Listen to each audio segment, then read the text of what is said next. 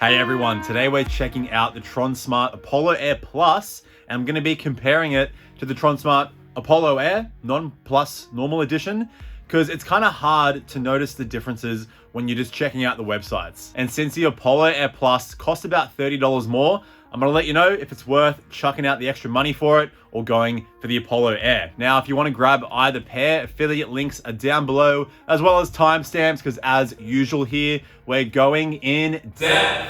So if you're picky with your audio, so am I. Let's get into another picky review.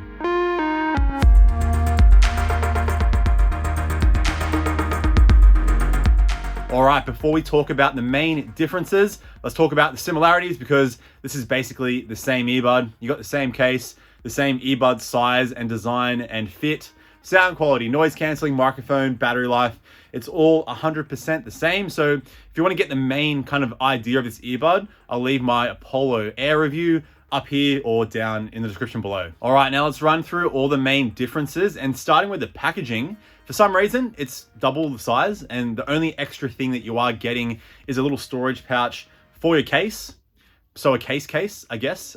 If you want that, it's there. Anyway, the rest of the differences are internal. So you're getting wireless charging now, as well as auto pause and play. So when you take either one or both earbuds out of your ear, music will pause. When you chuck either one or both back in, music will resume. And in my testing, it works flawlessly. It even works outside when the sun is kind of glaring down, even on an overcast day. Some earbuds that have auto pause and play do struggle with this, but not the Apollo Air Plus. But sadly, you can't turn auto pause and play off in the app, which, I mean, I guess if you're going for these earbuds, you probably want the auto pause and play, but maybe you only wanted wireless charging and now you're stuck with auto pause and play and you can't turn it off. So basically, this is where customization options in the app do come in handy. So hopefully Tronsmart come out with an update down the track to allow you to turn off auto pause and play. Now, another addition here that the Apollo Air didn't have is Aptx Adaptive.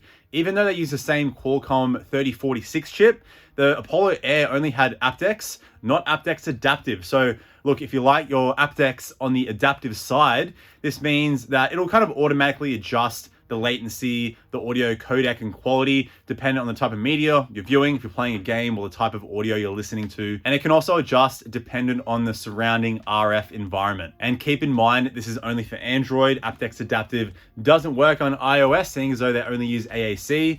But anyway, if you're playing a game, for example, this will automatically reduce the latency. So if you're on an Android phone, you're gonna get this nice low latency. Even then, on the Apollo Air, going off GameSky's review, he mentioned that there was barely any latency when gaming, even though they were only using Aptx. And I'd love to test this myself. I'm still waiting for my Android phone to arrive. It's been like 2 months. I might cancel the order. I don't think it's even been sent yet.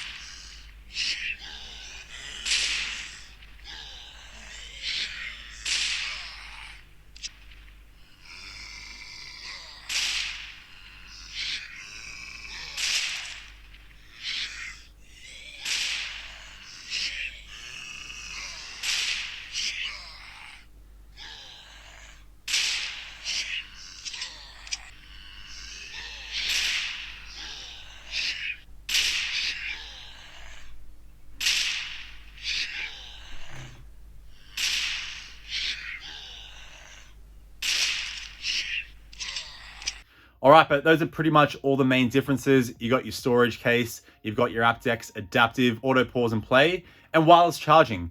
So is that worth $30? Honestly, it really depends on what you're looking for. But now, since they come in at just under $100 US, they still have some issues like that static in the right earbud when there's low level music playing, and the issue of like when noise cancelling is on and transparency mode. If there's like a lot of noise around you and you're talking relatively loud, there's like a bit of distortion in both earbuds. And I talk about this in detail in my original Apollo Air review, so check that out if you want more information on that. But despite that, these buds are still one of the best in its price range when when it comes to an incredibly comfortable, secure fit and a sound signature that is boomy and bass head certified. Still one of the boomiest, bassiest earbuds in the whole noise cancelling true wireless world. So if you're someone that likes that deep bass that has a lot of boom to it, has that subwoofer feel, these might be the go for you, but just keep in mind, the clarity isn't really there. So these earbuds do work better with electronic music, hardstyle, hip hop and R&B, trap and dubstep and that kind of stuff. If you're listening to, I guess, instrumentation, then these don't sound as good. And especially when you're listening to more, I guess, chaotic music,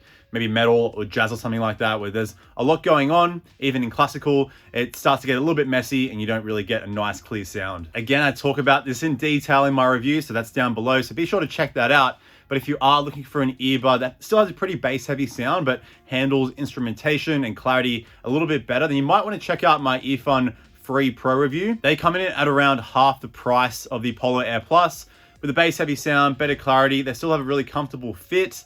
Wireless charging, they just don't have auto pause and play. So I'll leave that review up here. And you should also check out my Jabra Elite 75T review. If you don't mind spending a bit of extra money, they have the best bass to clarity ratio in the whole noise cancelling true wireless world. So be sure to check either of those out. But in the meantime, stay tuned. And of course, stay picky with your audio because life's too short for crappy sound.